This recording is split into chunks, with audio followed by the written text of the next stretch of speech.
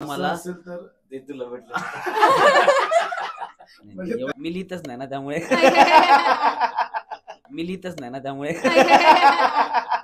टिंगच्या वेळी आमच्या कोरिओग्राफरनी स्टेप बसवली, अशी स्टेप बसवली, तर माझ्या बाजूला होते गोस्वामी सर. तर माझा हात इथून जाऊन इथे येईपर्यंत सरांचा तिथून येत असत. आता आमचं वेगळं भांडण.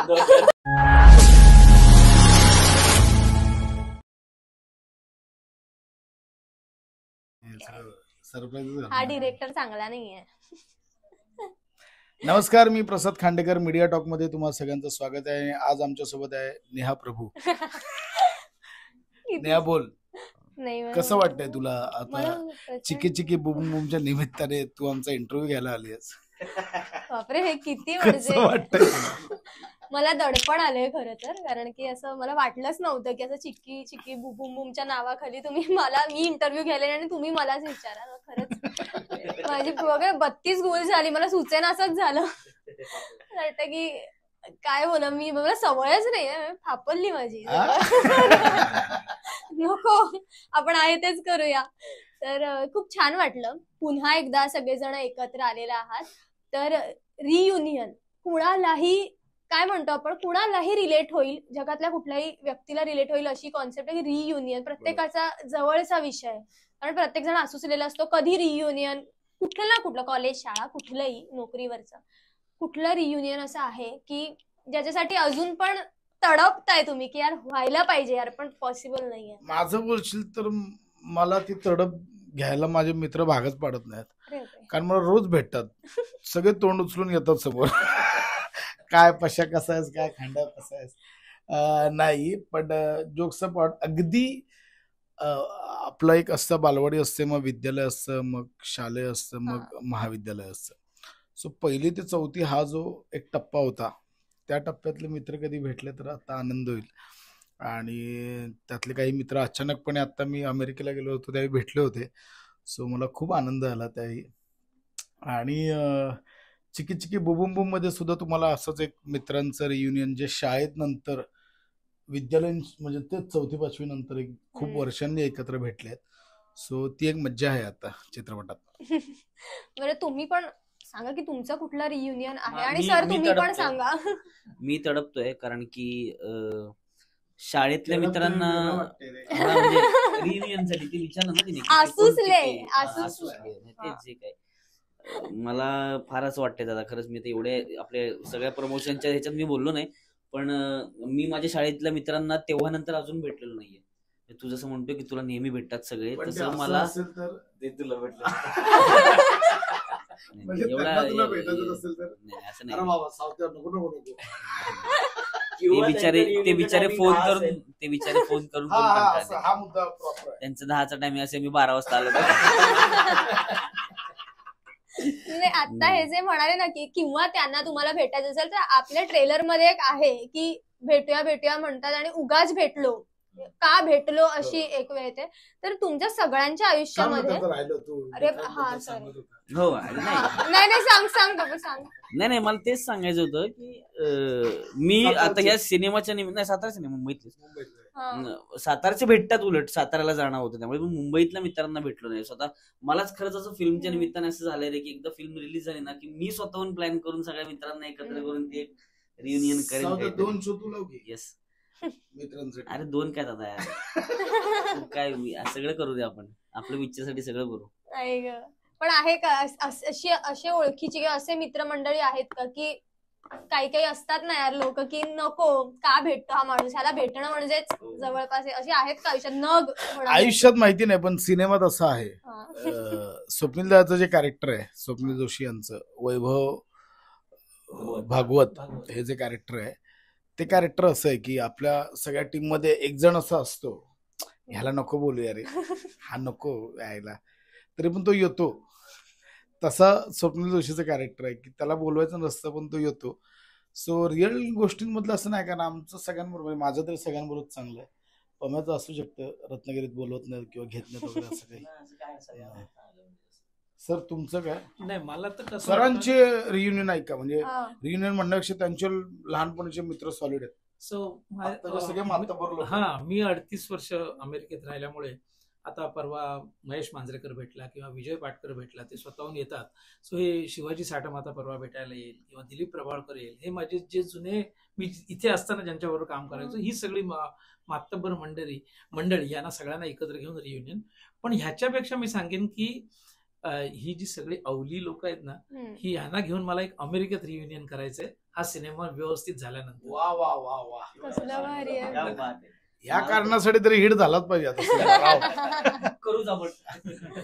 बरं, एक छान बीजीएम आहे या ट्रेलर मध्ये, मी पाहिलं की ज्याच्यामध्ये साधारण जीव टांगलाय, काहीतरी जीव टांगलाय असं एक आहे.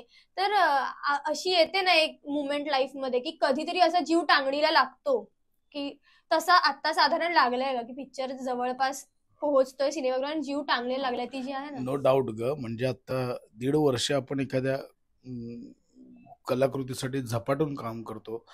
आपलं बाकी आजूबाजूचं काही दिसत नाही. 24/7 आपण त्यात असतो. आणि आता ती डिलिव्हरी म्हणजे एक म्हणतो ना की आपण आई आपल्या बाळाला एक 9 महिने पोटात सांभाळते आणि मग ती डिलिव्हरीची वेळ येते. तशी आता माझी किंवा आमच्या टीमची डिलिव्हरीची वेळ आली आहे. आणि त्याही म्हणजे कितवं 10वं 12वं बाळांपण असलं तरी ती धाकधूक मनात असतेच की कसं होईल यावेळी, काय होईल. सो आता माझं तरी दुसरंच बाळंतपण आहे, तरी पण ती धाकधूक मनात आहे. म्हणजे दुसराच सिनेमा आहे तरी येस, ते प्रेशर आहेच. कारण खूप प्रामाणिकपणे संपूर्ण टीमने हा सिनेमा खूप प्रामाणिकपणे आणि खूप मेहनत घेऊन बनवला आहे. मी खूप मेहनत याच्यासाठी स्ट्रेस करतोय कारण संपूर्ण फिल्मचं शूटिंग हे एका रात्रीत घडलेल्या प्रसंगावर आहे. सो आम्ही जवळजवळ 25 रात्र, म्हणजे लोक फक्त शब्दशः बोलतात पण आम्ही खरोखर दिवस रात्र मेहनत केली आहे या सिनेमासाठी. आणि त्यामुळे आहे धगधग तर आहेच. जीव टांगणीला लागलाय का? जीव टांगणीला लागणार अशी ह्या सिनेमाच्या बाबतीत मी झालंय एकदा. कारण लॅपटॉप खोलला आणि स्क्रिप्टच ओपन होत नव्हती. अरे देवा. हा एका नरेशनला आम्ही गेलेलो आणि लॅपटॉप ओपन केला, त्याच्यानंतर ते डॉक्युमेंट फाईलच ओपन होत नव्हती. तेव्हा असं झालं की लिहिलेलं सगळं गेलंय की काय, पण पाठ होतं तेव्हा, पण शेवटी असतं ना आपण लिहिलेलं असतं. सो एखाद्या लेखकांसाठी स्क्रिप्ट ओपन न होणे हा जीव टांगणीला म्हणजे वेगळाच जीव टांगणीला लागला. अशी मुवमेंट होती एकदा, एका नरेशनला गेलेलो तेव्हा. भयंकर आहे. तुझ्या बाबतीत असं काही आहे का, जीव टांगणीला लागलेलं? मी लिहितच नाही ना त्यामुळे. देवा. नाही, फिल्मच्या निमित्ताने खरंच असं आमची धाकधूक सुरू झाली. रोज आम्ही वेड्यासारखे प्रमोशन्स करतोय, तसं अजून एक धाकधूक झाली की यार सिनेमा येतोय. 28 तारखेचा दिवस आमच्या आयुष्यात जी सकाळ होईल ना ती काहीतरी वेगळी असणार आहे, म्हणजे सगळ्यांसाठीच आमच्या. कारण एवढ्या दिवसांचं सगळ्यांची मेहनत, सगळ्यांची 28 तारखेला त्याचं फळ मिळणार आहे. सो जीव टांगणीला तर आहेच. आणि जीव कितीही टांगणीला असला तरी काहीतरी सुखद चांगले धक्केच मिळणार आहेत आम्हाला 28 तारखेलाची गॅरंटी. आणि एक सिनेमातला एक प्रसंग आहे, म्हणजे एका प्रसंगामध्ये वनिता पडते तेव्हा आम्हाला जरा असं वाटलं होतं, कारण ती जवळजवळ 5.5 फुटावरून खाली पडली. तेव्हा जरा असं सगळ्यांचं झालं होतं की तिला लागलं का की नाही लागलं, कारण तिचं कॅरेक्टर स्पेशल आहे, त्यात ती पडणं म्हणजे जरा, तेव्हा आम्हाला सगळ्यांना असं वाटलेलं की तिला लागलं. म्हणजे जवळजवळ हार्ट अटॅक यायचा. हो, कारण किती नंतर उठली आणि मग आमच्या आर्ट डिरेक्टरचा जीव टांगणीला लागला. कारण ती खाली एका टेबलवर पडली होती. बापरे. राहिले की फुटले. बरं, शूटिंग ही एक प्रोसेस आहे आणि बऱ्याचदा काय होतं की प्रत्येक वेळेला आपण प्रयत्न करतो परफेक्ट करण्याचा कुठली ना कुठली गोष्ट, पण काही वेळेला राहतं अपूर्ण. आणि कधी कधी म्हणतात ना की अपूर्णतेची गोडीच वेगळी असते. इम्परफेक्ट गोष्टी पण वाटतात छान कितीही केलं टाइम. म्हणजे समजा हुक स्टेप एक्झाम्पल नाही जमत आहे एखाद्याला, पण तो ज्या पद्धतीने करतो ना त्याची पद्धत पण वाटते की भारी. ह्या संपूर्ण शूटिंग मध्ये असं काहीतरी आहे का की जे आम्ही ऍज इट इज ठेवले की हे राहू दे यार, इम्परफेक्ट आहे, अगदी पूर्णत्वाला नाही पोहोचलंय, पण ते कमाल वाटते, राहू दे, त्याचं असं आहे त्या व्यक्तीचं, किंवा काहीही असेल, सीन असेल, काही असेल. माझ्याकडे किस्सा आहे की असा दादापर्यंत पोहोचलाय की नाही खरं तर माहित नाही. दादा ज्यावेळी असं पण गोष्टी नाही पोहोचलं. नाही असं काही सिरियस नाही रे, गंमत आहे. आत्ताच हल्ली आपण आमच्या पहिलं गाणं आलंय, कमाल गाणं आहे. तर गाण्याच्या शूटिंगच्या वेळी आमच्या कोरिओग्राफरनी स्टेप बसवली, बूम बूम बूम बूम अशी स्टेप बसवली. तर माझ्या बाजूला होते गोस्वामी सर. तर माझा हात इथून जाऊन इथे येईपर्यंत सरांचा तिथून येत असत. आता आमचं वेगळं भांडण वेगळं भांडण चालू होतं. नशिबाने तसं काही क्लोज लागला नाहीये कधी, त्यामुळे तुझ्यापर्यंत आलं नाही ते, पण आमची एक वेगळी चालू होती तिकडे. म्हणजे तुम्हाला माहिती असेल साधारण सोशल मीडियावर जे मीम्स किंवा काही ना काही फिरतं ना, की जुन्या चित्रपटांमधलं ते असं एक वेगळं सर्कल करून दाखवतात बघा, की ते तुझमे रब दिखताय मध्ये ती एक मुलगी आहे, ती चुकून अशी चुकली आणि तिने जीभ बाहेर काढली आणि ते दिसतंय आणि ते आता इतक्या वर्षानंतर लोक दाखवतात. तसं कदाचित ह्यानी फोडलाय तो पेपर. हे सिनेमाच्या बाहेरच आहे. आणि एक आपली प्राजक्ता सध्या आमच्या प्रथमेशचे एक असाच व्हिडिओ व्हायरल करते, प्रार्थना.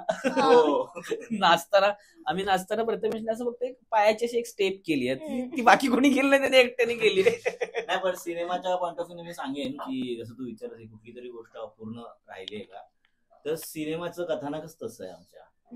ते कथानक पुढे जाताना कोणाचं काहीतरी अपूर्ण राहतं, ते तसंच सांभाळून मग ती कथानक पुढे नेतात ती कॅरेक्टर. सो सिनेमाचं हे कथानक जे स्टोरी जी आहे ना, त्याच्यामध्ये येणाऱ्या सिच्युएशन किंवा घटना त्या तशाच आहेत की त्या 5 जणांचा ग्रुप आहे ना, त्या 5 जणांचा ग्रुप ज्या फ्लो मधून जातोय त्या फ्लो मध्ये कोणाचं तरी काहीतरी राहतच आहे प्रत्येक वेळी, आणि ते त्याला सांभाळून घेऊन पुढे जात आहेत, अशी गोष्टच आहे सिनेमाची. सो तुझा प्रश्न सिनेमाला करेक्ट जातोय.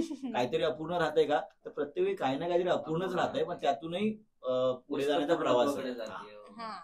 बरं, एमएच जे आम्हा सगळ्यांच्या जितका तुमच्या जवळचा विषय आहे तितकाच आमच्या जवळचा पण विषय आहे, आणि खूप छान वाटतं की असं वेगवेगळा तुमचा चमू कुठे ना कुठेतरी असतो. म्हणजे आम्ही साधारण सेटवर येऊन तर त्या प्रोजेक्ट रिलेटेड किंवा त्याबद्दल गप्पा मारतोच, पण हे खूप छान वाटतं की इंडस्ट्रीमध्ये ना तुमचा ग्रुप वेगवेगळी माणसं असतात दरवेळेला. हे आता तुम्ही आहात कुठल्या तरी वेगळ्या, समीर दादा वेगळ्यांसोबत, पण तुम्हीच असे दिसताय, ते खूप छान वाटतं वेगळा चमू. तर आता एकत्र जर तुम्ही हसत येते सेटवर भेटत असाल तर असं होतं काय यार की म्हणजे गमतीमध्ये की भाई मी नाहीये या सिनेमात, माझं हिते चालू आहे, तसं डिस्कशन होतात तुमचे आणि छान वाटतं का तेव्हा की भारी आहे बाबा, असं होतं? नाही, असं नाहीये. काय आहे की या चित्रपटातले पण जेवढे कॅरेक्टर्स आहेत ना, चिके चिके बोबो मधले, ते गरजेचे आहेत. म्हणजे यातलं एकही पात्र असं नाहीये की हे का आहे सिनेमात. त्यामुळे जेव्हा जे नवीन पात्र येत आहेत, नवीन जी व्यक्तिरेखा येते, ती व्यक्तिरेखा ती गोष्ट पुढे नेते. सो असं जर तो विचार करायला लागला तर खूप जणांना उगाच भरती करावं लागेल, जी गरज नाहीये, गोष्टीची गरज नाहीये. त्यामुळे आता जिथे ज्यांची गरज होती ते आता सिनेमात आहेत. पण सपोर्ट एक असतो ना, त्यांचा सपोर्ट, जसं की ना आम्ही सेटवर येतो तेव्हा नेहमी हे असतं की तुमच्यामध्ये ना स्पर्धा नाहीये, प्रत्येक जण दुसऱ्याचं पण हे चांगलं करण्यासाठी पण आताही नाहीये. म्हणजे आताही आमचं पोस्टर आल्यापासून, टीजर आल्यापासून आमच्या सगळ्या मित्रमैत्रिणींनी ते शेअर केलं, मनापासून शेअर. आणि त्यांचा सपोर्ट शूटिंगच्या वेळी पण होता. म्हणजे जेव्हा आम्ही शूटिंग करून 1-2 शेड्यूल आम्ही, दादाने तर पूर्ण सुट्टी घेतली होती, 1-2 शेड्यूल साठी मी सावत्या सेटवर गेलेलो, तेव्हा आम्हाला प्रत्येक विचारायचं काय रे व्यवस्थित चालू आहे ना, किंवा अरे बाबा झोप घेत जा प्रवासात वगैरे. इन्क्लुडिंग गोस्वामी सर, मोठे सर, फाळके वगैरे सगळ्यांनीच व्यवस्थित सपोर्ट दाखवला, अमित फाळके वगैरे या सगळ्यांनी. बरं, आता सर आहेत स्वतः, ते ऍक्टर म्हणून सुद्धा आहेत, आणि आता स्वॉप झाल्यासारखं झालंय. सो तिकडे सर आणि इकडे पण सर, तर तेव्हा इकडचं इक्वेशन कसं होतं? कारण इकडे तर तू लेखक पण, सहनिर्माता पण आणि ऍक्टर पण. सो थोडंसं वाटलं का की कसं? सचिन सरांना ना, म्हणजे गोस्वामी सरांना सगळे दिग्दर्शक म्हणून ओळखतात, परंतु ते तितकेच उत्तम अभिनेते आहेत किंवा ताईपेक्षा जास्त चांगले अभिनेते आहेत असं मी म्हणेन. आणि ते का सर आहेत आणि ते किती उत्तम अभिनेते आहेत ते तुम्हाला सिनेमा बघितल्यावर कळेलच. त्यांनी जो सिनेमात धुमाकूळ घातलाय त्याच्यानं तुम्हाला कळेलच की अरे गोस्वामी सर, कारण बऱ्याच दिवसांनी सरांचा खूप मोठा रोल आहे, बऱ्यापैकी मोठा रोल आहे सिनेमात. तुम्हाला सिनेमा बघितल्यावर कळेलच. पण किती काय म्हणताय, असं असतं ना की हे सिनियर आहेत आणि मी कसं बोलू, काय बोलू, असं एक थोडस असतं. जे सरांकडनं आम्ही गोष्ट शिकलोय की भले मी म्हणजे आता आम्ही रायटर मीटिंग मध्ये पण मोठे सर आणि गोस्वामी सर सिनियर जरी असले तरी आम्हा प्रत्येकाची मतं ते विचारात घेतात ऍज अ लेखक म्हणून. प्रशांत, तुला काय वाटतं या स्किट बद्दल? तू लिहिणार आहेस, तुला दिसतंय का स्किट? तुला दिसत असेल तरी. त्याप्रमाणे सेटवरही गोस्वामी सर ऍक्टर म्हणून आले होते आणि मला त्यांनी क्लिअर कट विचारलं की तुला ऍज अ डिरेक्टर माझ्याकडनं अभिनेता म्हणून जे हवंय ते मला सांग, मी ते करीन, नाही जमलं तर विचारेन. पण सरांना ती सांगायची वेळच नाही पडली, त्यांना फक्त त्या सीनचा कंटेंट समजवला, त्यांना लाईन्स दिल्या, रिहर्सल केल्या आणि सरांनी धूम मचाया है भाई. आणि तुम्ही सगळेजण ही कमाल फळी एकत्र आली आहे, त्याच्यामध्ये स्वप्नील दादा आहे, त्यामुळे एक प्रार्थना आहे, तर ही नवीन माणसं तुमच्यामध्ये आम्हाला पाहायला खूप आवडेल की काय वेगळं कॉम्बिनेशन आहे. आम्हाला असं वाटलेलं की आमची वेवलेंथ जुळणार नाही, परंतु वर्कशॉप मध्येच सगळे कोण असं काय वेगळं वाटलं नाही. कारण ती प्रार्थना पण तेवढीच वेडी आहे, स्वप्नीलदा पण तेवढा जॉली आहे. ते पटकन कधी मर्ज झाले वर्कशॉप मध्ये काहीच कळलं नाही. पागल माणसं ती. त्यांनी खूप कम्फर्टेबल केलं आम्हाला शूटच्या दरम्यान. खरोबर हा बोलला तसा, पागल माणसं आहे. आणि जरा एक ती पागल वगैरे. आणि मला आत्ता पटकन आठवलं, सॉरी मी डिस्टर्ब करतोय, पण आपण ज्या जागेवर बसून आता इंटरव्ह्यू करतोय ना आपल्या सिनेमाचं, सगळ्या आर्टिस्टनी मिळून एकत्र पहिलं रिडिंग केलेलं ती जागा आहे. कसलं भारी, एक सर्कल कम्प्लीट झालंय म्हणजे. बरं रियुनियन की म्हणजे मला जे ह्यांचं दिसलं ते की खूप मोठी नावं, स्वप्नील जोशी म्हणा, प्रार्थना म्हणा, किंवा प्राजक्ता किंवा प्रसाद, नम्रता संभेराव किंवा अशी सगळे असताना एक गोष्ट मला ह्याच्यात दिसली की हे जे ह्यांनी टीमवर्क साधलंय ते इतकं चांगलं होतं की भले तुम्ही म्हणजे स्वप्नील जोशी आहात किंवा कोणी, आपण देवळात जाताना कसे बाहेर चपला काढतो आणि आत जातो, तेव्हा जेव्हा आत जातो तेव्हा आपण कोणी नसतो, आपण एक साधा माणूस देवाच्या समोर असतो. तसे हे सर्वजण एकत्र काम करत होते, आपलं सगळं विसरून, जे आपलं विश्वस्त किंवा जे काय आपण केलंय, आणि तशा ह्यांनी भावनाने हा मूवी केलाय हे मला एक जाणवलं पूर्ण मूवी बघताना. की कोणीही कुठे असं नाही की मी मोठा आहे, मी काही करणार नाही.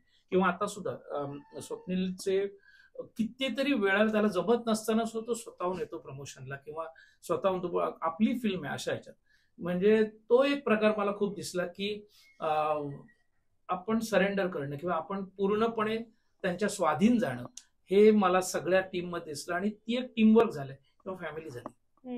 आणि या फॅमिलीनी काय धमाल केले हे आम्हाला पाहायला मिळणार आहे.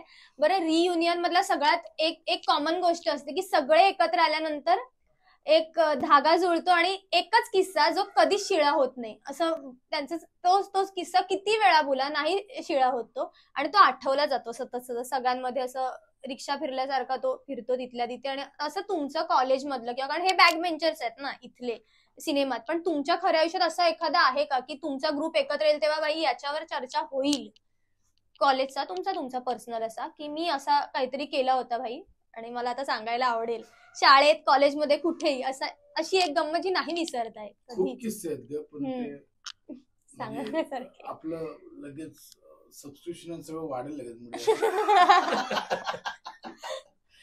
ते सांगण्यासारखे नाहीये. मित्रांमधला ग्रुप तुझा आहे कसा होता? माझा तर असा 1 करोड वरती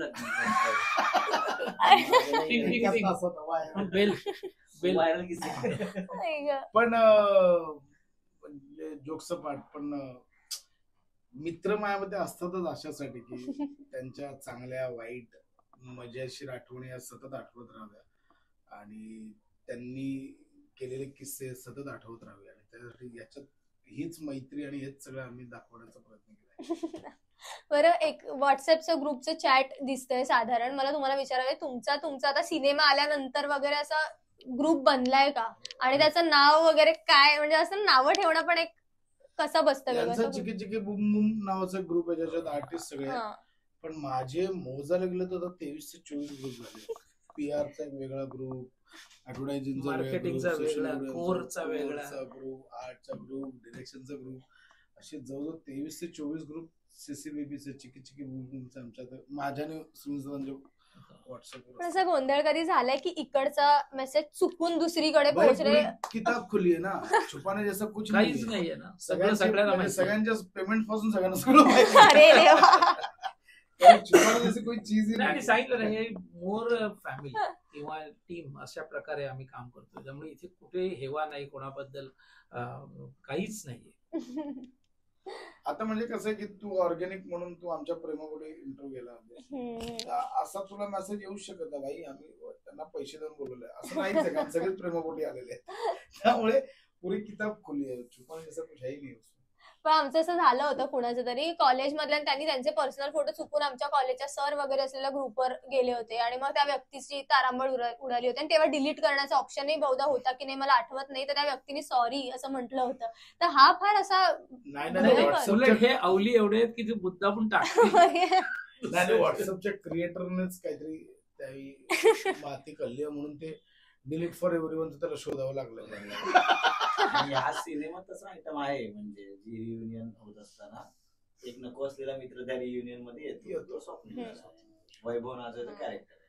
तू जे म्हणतेस ना तो किस्सा या सिनेमातच झालेला आहे की 5 जणांच्या रियुनियन मध्ये एक नको असलेला मित्र येतो ज्याचं नाव वैभव आहे, जो स्वप्नील जाते आणि त्यानंतर काय गोंधळ उडतो ही सारी गंमत आहे. आणि सस्पेन्स आणि कॉमेडी या सगळ्याचा मिलाफ घेऊन तू आलेला आहेस. मला वाटतं की तुझे लाडके प्रेक्षक ज्यांचं तुझ्या लिखाणावर प्रेम आहे, अभिनयावर प्रेम आहे आणि त्या सहनिर्माता म्हणून पण ते तुला सपोर्ट करतातच आहेत, त्यांना तू आवाहन करावंस की त्यांनी हा सिनेमा पाहावा. 28 फेब्रुवारीला संपूर्ण महाराष्ट्रात, भारतात आणि संपूर्ण जगभरात आमचा नारकर एंटरटेनमेंट अँड फिल्म यांची निर्मिती असलेला चिकी चिकी बुबुम बुम हा सिनेमा 28 फेब्रुवारीला प्रदर्शित होतोय. आतापर्यंत आमच्या कलाकारांच्या सगळ्या कलाकृतींवर तुम्ही भरभरून प्रेम केलं, या सिनेमाला सुद्धा तितकंच भरभरून प्रेम द्याल याची आशा नाहीये, याची खात्री आहे. 28 फेब्रुवारी पासून नक्की बघा चिकी चिकी बुबुम बुम. थँक्यू.